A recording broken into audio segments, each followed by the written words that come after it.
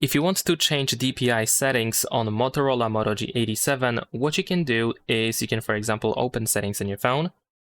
Then over here, we're going to proceed to display settings. And then here in display settings, we can find display size and text. And now over here, we have the display size slider. So we can move to the right side to make everything bigger, or to the left side to make everything smaller. What you can also do is you can use developer options if you want to be very precise with the DPI setting.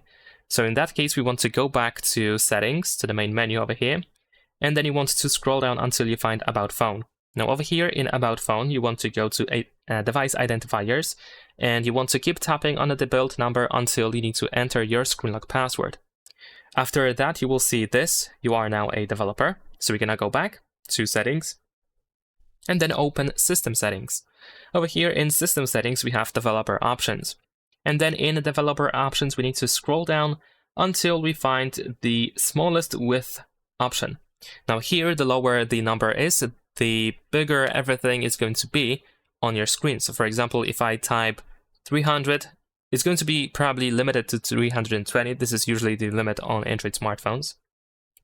There we go, yeah. As you can see, everything is much, much bigger. And at the same time, if you provide bigger numbers, then everything is going to be much smaller. There we go.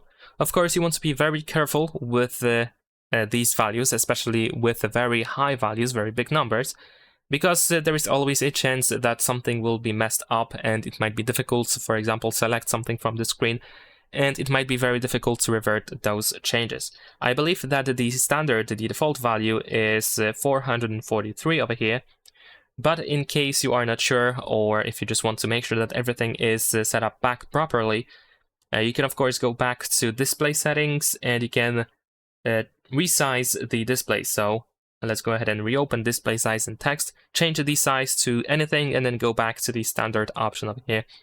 And that is pretty much it. Leave a like and subscribe.